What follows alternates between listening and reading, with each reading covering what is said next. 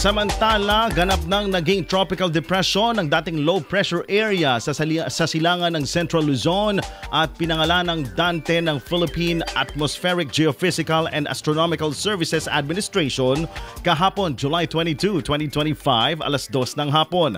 Ayon sa ulat ng Pag-asa at ng Public Weather Service Philippine Hypnotic Unit, inaasahang lalong lalakas at magpapatuloy ang pag-iral ng habagat o southwest monsoon dulot ng presensya ng bagyong Dante na siyang nagdadala ng malalakas na ulan sa kaunlarang o sa kanlurang bahagi ng Luzon sa mga susunod na araw.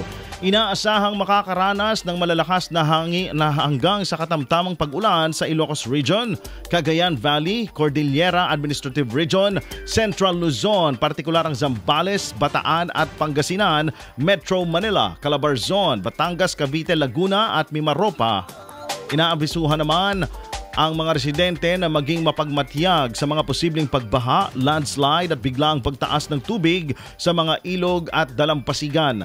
Bagaman si Bagyong Dante hindi inaasahang direktang tatama sa kalupaan ngayon sa ngayon, ang epekto nito sa habagat ay inaasahang magpapatuloy sa pagpapadala o pagdadala ng malalawak na ulan lalo na sa hapon at gabi. Naglabas na ng paunang paalala ang Pag-asa para sa mga lugar na nasa yellow at orange rainfall alert levels.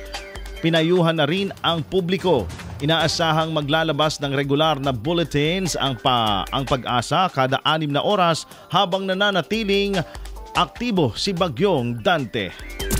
IFM News.